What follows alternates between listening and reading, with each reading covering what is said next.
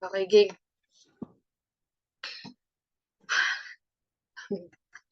Okay, so good morning, class. My name is I am your teacher, Kyla Valdez, and today we're going to tackle about the assessment strategies in teaching literature.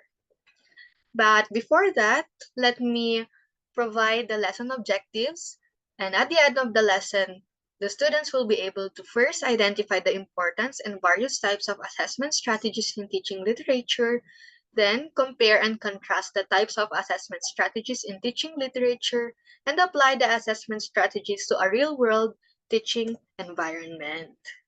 But before that, let me provide you this question. What are the assessment strategies have you experienced in your literature classes? I want you to type your answers on the chat box, or you can also unmute and then recite.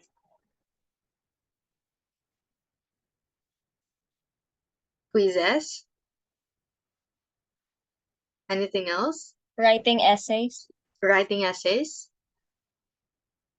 And last one, Winchell. Role play. Role plays. Very good. Okay. Now, after you guys have provided the assessment strategies you experience, let's now have a survey. I want you to rate the effectiveness of the assessment strategies you have experienced on a scale of 1 to 5.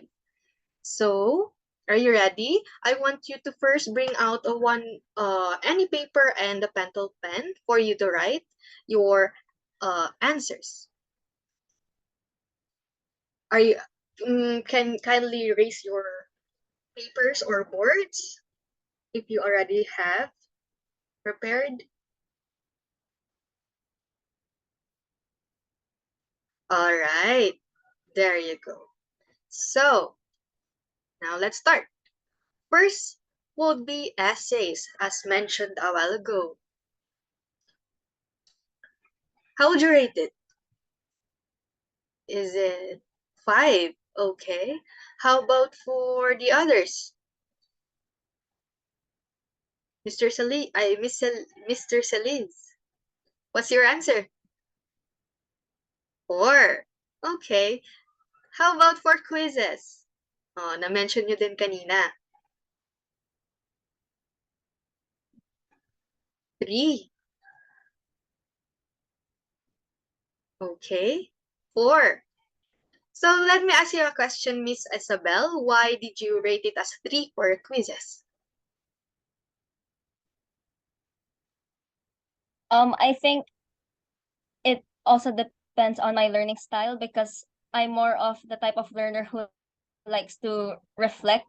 So I think I find quizzes not that effective, but they're still effective for me. It's just that not that much. Oh, okay. Thank you for sharing. Next will be self and peer assessments. 5.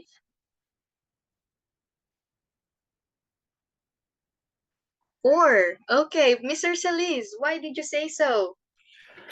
Because as Miss Isabel said before, my learning style is like it's about more on peer collaboration, whereas I share my thoughts or they share their own thoughts. So I learn much on that one. Okay, that's good. Okay, next will be role plays.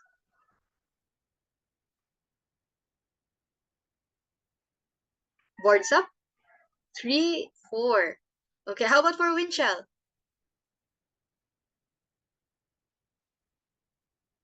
For Winchell? Yes, 3 also. Why? Yeah, 3.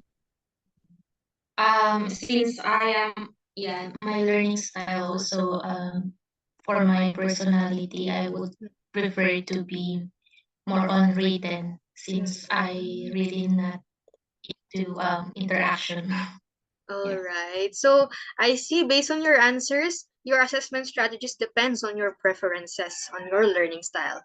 Next will be group projects. How would you rate it?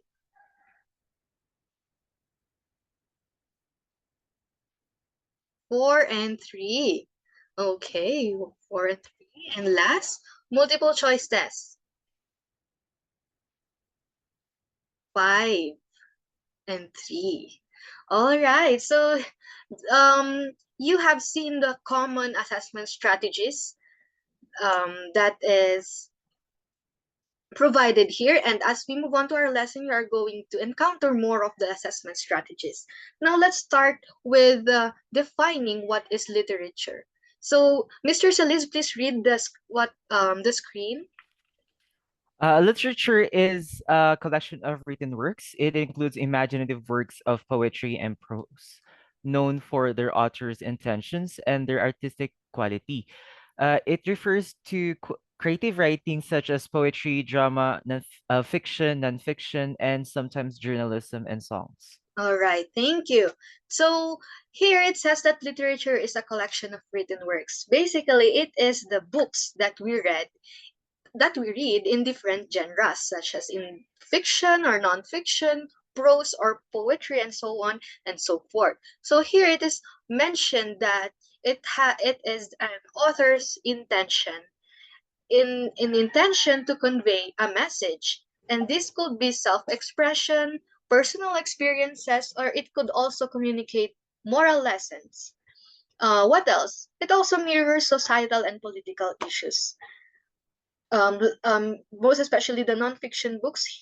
That is where we encounter this one, and also the purpose of it can be for entertainment or to preserve stories and traditions of the author's time. Okay, so we have what are the aim of literature to the students.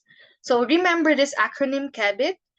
First is cultural value, E for expanding horizon, B building vocabulary, I improve writing skills, and T teaching critical thinking. Miss Isabel, please read. Cultural value. To understand and participate in their culture, students must learn about its foundational stories, and literature is a key source of these. Okay, so do you agree with this statement? That student must learn about the foundational stories in order for you to understand your culture? Yes, ma'am. Yes. So, um, the question is, when you were young, what stories have you remembered that was told by your peers or your parents? Here in the Philippines, kung saan tayo lumaki, what are those stories? Can anyone share? Yes? Alamat ng saging. Alamat ng saging. Okay, what else? Diba? Um, so for example, the Manananggal in Tiyanak. The Manananggal and Tiyanak. So yes, it's more a very famous here in the Philippines yung mga ganong genres, mga horror and stuff. So yeah, when we were young, we mostly we are exposed to alamats. Ayan, like mentioned, alamat ng saging, and this alamats in English, legends or these myths, diba? In here we are provided insights of what of our traditions and what is behind our culture. So with that we are built with a foundation of where we belong, and we are allowed to connect with our cultural heritage. Okay? So next will be expanding horizons. Winchell, please read. Literature introduces students to ideas, stories, and peoples from other cultures and times, broadening their understanding of the world. Okay, thank you. So not only that we are able to know what's behind our histories, but as well as to other countries as well. As we grew up, we are being exposed to read stories from other countries, and therefore we learn about how the lifestyle of other people, um, um, how are their traditions during their times or in other places, and with that, it expands our worldview and we foster empathy. All right. Next will be building vocabulary. Let me read this for you. So reading literature helps students build a large and varied vocabulary, enhancing their reading, writing, and ability to engage in complex discussions. So of course, when we um, are immersed in reading, we are exposed to the wide range of words and phrases, which you can incorporate into your vocabularies. And with that, it improves our reading and writing skills because we also get to encourage to express ourselves through writing. And there you go. Um, and it says here that it engages in complex discussions because it activates our curiosity when we read about complex topics, and with that, we are encouraged to search for answers to it.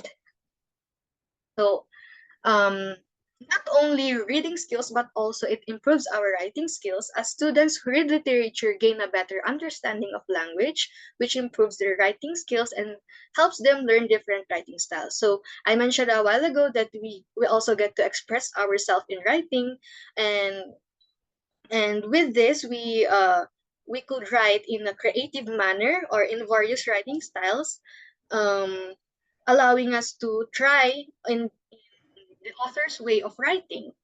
For example, in the way of how they the structure of the writings, and what else, and how they incorporate elements. So like that. Okay, and um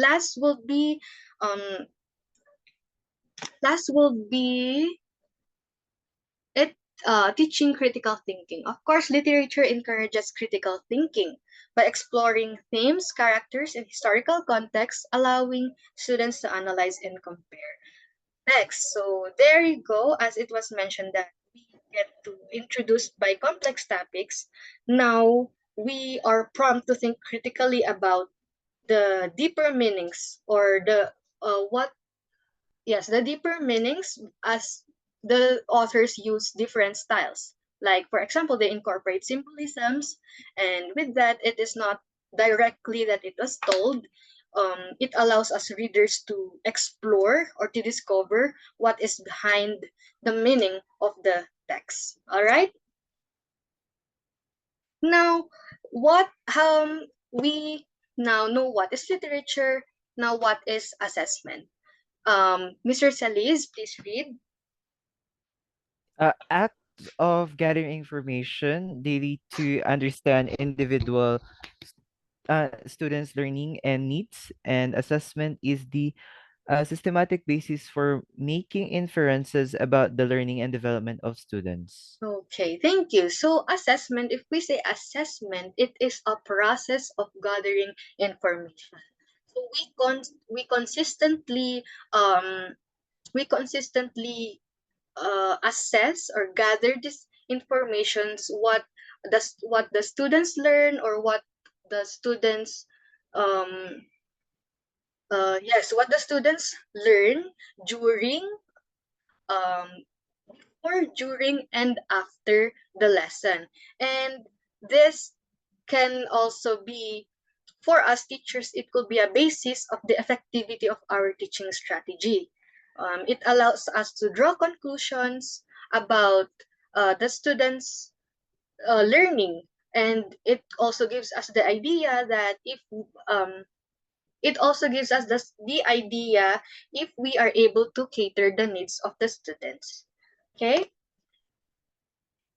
So we have the three types of assessment. We have diagnostic, formative, and summative. So as you can see, in a track and field or a running race activity, we always start, um, there is always a start and always an ending. We cannot start at the middle, we cannot start at the end, but therefore we start at the start.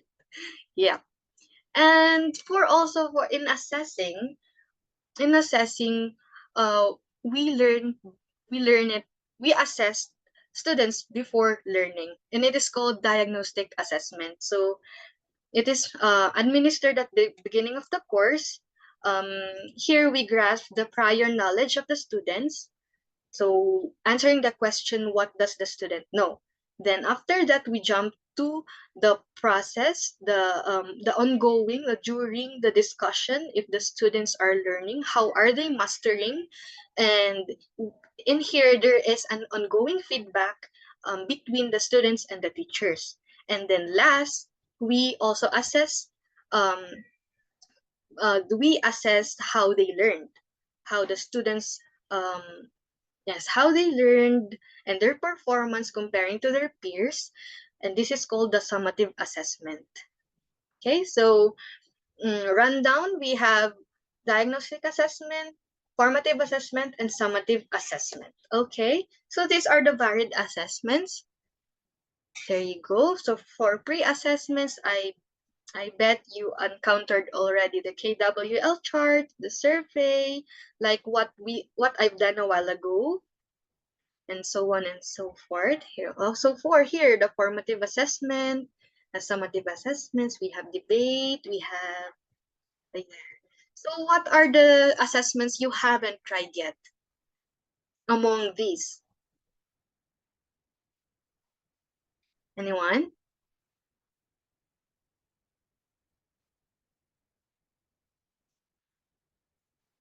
Okay. What are the assessments you haven't tried yet? Na-try nyo na lahat? Yes? Okay, so I bet na-try nyo na lahat. Okay. Now moving on. So moving on, we have now the traditional assessment and authentic assessment. And we are going to know their difference. We're going to compare them in a form of a game called fact or bluff. And I want you to open your cameras again and use the same whiteboards and write your answers. Okay? So are you ready? All right, so I think you're all ready. Then let's start. First question, authentic assessments often involve real-world tasks and projects. Is it a fact or a bluff? It's a fact, so let's see. You got the right answer. And you got it. Okay, so it is true that authentic assessments involve real-world tasks because we give our students problems. We allow them to solve problems that will be relevant to their personal life and even with their future careers. Okay, so there you go. Next will be traditional assessments are not suitable for evaluating critical thinking skills. Is it a fact or a bluff?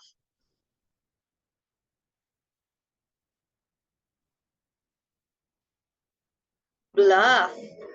Bluff. All right, let's see.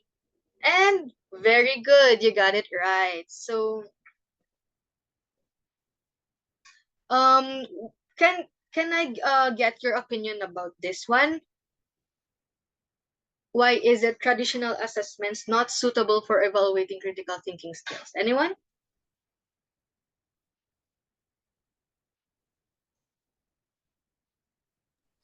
Because is more likely involved in just memorizing more than Mhm. making your own critical thinking about something. Okay, yeah, okay. So, but yes, even though traditional assessments only is for rote memorization, we have traditional assessments such as essays or open-ended questions, which can allow students to analyze. We therefore give them uh, so we therefore uh, targets also their critical thinking skills in this way because we allow them to synthesize the informations that they have learned. Okay, but the downfall here is that it only, in the Bloom's taxonomy, it only targets the lower level, which is the remembering. Yes, the remembering. Okay, next will be the traditional assessments focus mainly on rote memorization. Is it a fact or a bluff? Fact. Let's see. Okay, your answers are correct. So yes, as it was mentioned by Mr. Silis a while ago, it is traditional assessments are more on rote memorization. So, like for example, in your history classes, diba, it is more on when you are going to have your examinations, you are required or yes, you are required on memorizing on the specific dates or the specific events. So that is why it is categorized as more on rote memorization. Next will be authentic assessments often involve standardized testing formats. Is it a fact or a bluff?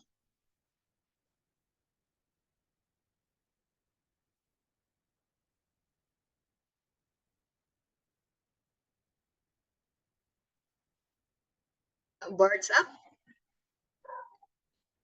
It's a bluff. Okay, let's see.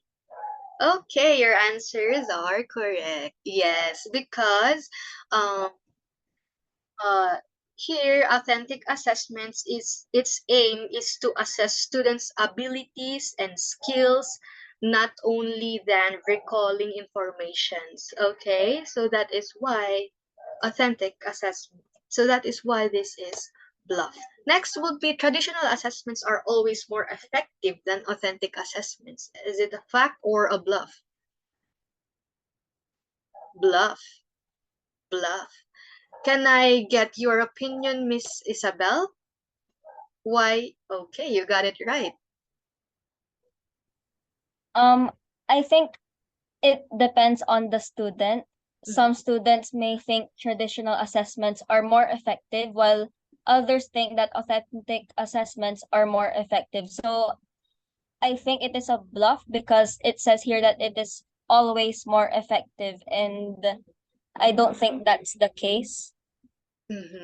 Yes, actually, you are correct. And we cannot say that traditional assessments is also not effective, diba? Because this one, the effectiveness of these assessments depends on the various factors, um, including the students' needs. So, like mentioned a while ago, for Miss Winchell, she is more on the written outputs, diba? So it must be more effective for her, and also it depends on how well we are going to align it to our learning objectives, these assessments. Okay. And last, authentic assessments usually require students to apply knowledge in practical situations. Is it a fact or a bluff? It's a fact. It's a fact. Yes, it's a fact. So, as mentioned, that it authentic assessments simulates more on real world scenarios. Therefore, we get to apply knowledge in practical situations. We give our students more. We expose them in practicality. Okay. So now that you have learned what's traditional assessment and authentic assessment, so here is the generalization of it. So the difference of traditional assessment and authentic assessment. So most of the information on our game was already provided, and here are more of the informations about these two. Okay? Moving on to assessment strategies in teaching literature. So you have learned different assessments, the different assessment strategies. Now it is on how you as teachers will utilize this teaching these assessments, and you must remember that you must target the macro skills, which are the listening, speaking, reading, and writing in teaching literature. So um, let me provide you six of the strategies in teaching literature. First is the literary analysis essay. Miss Isabel, please read. Students write an in-depth analysis of a literary work focusing on themes, characters, symbolism, and literary devices. This assesses their writing, critical thinking, and analysis skills. Okay, thank you. So there, in literary analysis essay, have you tried this one? You already tried this one? Yes? Yes, ma'am. Okay. So here it is provided an example situation. So after reading The Catcher in Rye, students write an in-depth analysis essay focusing on the themes, alienation, and adolescence. So therefore, you could use this strategy after reading to test or to know how the students understand the story. Okay. Next will be literary response journals. Miss Winchell, please read. Miss Winchell. Yes, Okay. sorry. Okay. So the students write reflective responses to readings, discussing their personal connections, insights, and reactions, and this assesses their reading comprehension, reflection, and writing skills. Okay, thank you. So not only that you can provide them essay, but you can also use this literary response journals. This will be great because it allows your students to reflect. They could also um, connect their personal experiences, diba? And I think, and of course, that they could also connect to the novel that you have provided to them. Okay. Next will be the creative writing projects. Mr. Salis, please read. Creative writing projects. Students create original works inspired by literature, such as short stories, poems, or scripts. This assesses their creativity, writing, and imaginative skills. Okay, thank you. So, have you tried also this one? Diba? Have you tried this one, Mr. Yes, ma'am. Salis? Okay, what Ma'am. what specific novel? Pardon your, pardon. A specific novel? Yes, what specific novel that oh, students create. I mean, what so you said that you tried or you already tried creating your own. So what is the Yeah. title? Me, myself, and I. Any work, yeah, any poem or any short stories you have originally write. Um, my past life, I think. Okay, your past life. And then did you incorporate it to one of the novels that was provided? Yes. Okay, so there you go. You could also use this strategy. So like for here situation, inspired by Edgar Allan Poe's short story, students create their own gothic tales. It incorporates elements such as unreliable narrators, macabre setting, and themes of madness and obsession. They could use the theme or how the how it was written. So like that. Okay. And next would be debates on literary themes. Let me read this for you. Students participate in debates on controversial themes or issues found in literature, defending their arguments with evidence from the text. This assesses their critical thinking, argumentation, and speaking skills. So have you tried this one in your literary class, literature class? Debate? Yes, ma'am. Oh, you have tried it. How about you, Miss Isabel? Have you tried this one already? Yes, ma'am. Oh, the debate. Okay. So how's your experience with this one? Is this how do you find this effective? Ma'am, I find it effective because we get to see the different perspectives Mhm. of those who read the specific literary work. For example, whenever we have a debate about a specific character, I Yes. get to see the viewpoint of other people Yes. on the characteristics of that character, and I get to understand the literary work further. Okay, so there you go. So, this strategy could also be very effective as it targets not only the critical thinking skills, also your communication skills, your speaking skills, and as mentioned by Miss Isabel, you really you also get to know the perspectives of the different characters. Alright? Next would be literary role playing. Alam kong gasgas na to ang literary role playing, but lagi it lagi pa rin siyang relevant in literary class because students engage in role playing activities where they assume the roles of characters or authors from literary works, demonstrating empathy, understanding, and creativity. So have you tried anyone of you have tried this one? Syempre, lagi niyong natatry itong role playing na to. And for me, this is really fun, right?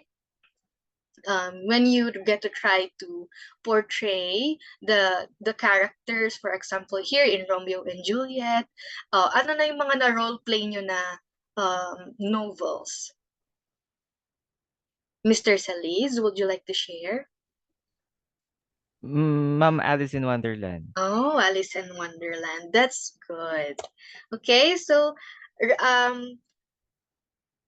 also have literary quizzes or games. So students participate in quizzes, games, or competitions based on literary trivia, characters, plots, or themes, reinforcing comprehension and retention of literary knowledge. So for example, you get to give them games in a trivia game for them to test their knowledge about the story they've read. Next would be incorporating, of course, multimedia.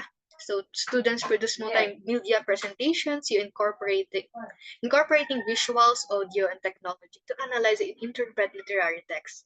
So this assesses their creativity, technology literacy, and presentation skills. So of course, in this century, we also need to um, immerse our students in the technological in the technology or in the multimedia for them to, of course, utilize their knowledge about it. Okay, so for your assignment, now it's your turn as teachers to um, to utilize what assessment strategy that you have learned that you could use in your future teaching. So for I want you to choose one questions here or one situation. Yes, I want you to choose one situation that you're going to answer and write it on one sheet of paper, okay? And then for the next meeting, you're going to share it in the class. And last, for your exit ticket, on the same one-fourth sheet of paper that you on the same paper, okay, I want you to reflect on a specific assessment strategy that you found it most effective in assessing literature comprehension, and why is it effective. So answer this in 3 to 5 sentences. Okay, so there are I will be seeing two answers on your one-fourth sheet of paper. First answer will be here, and then another will be here. Okay, take a screenshot, and then see you on the next class. Okay, you're going to present your assignment. So that's all for today. Thank you for listening, and have a great day. Bye.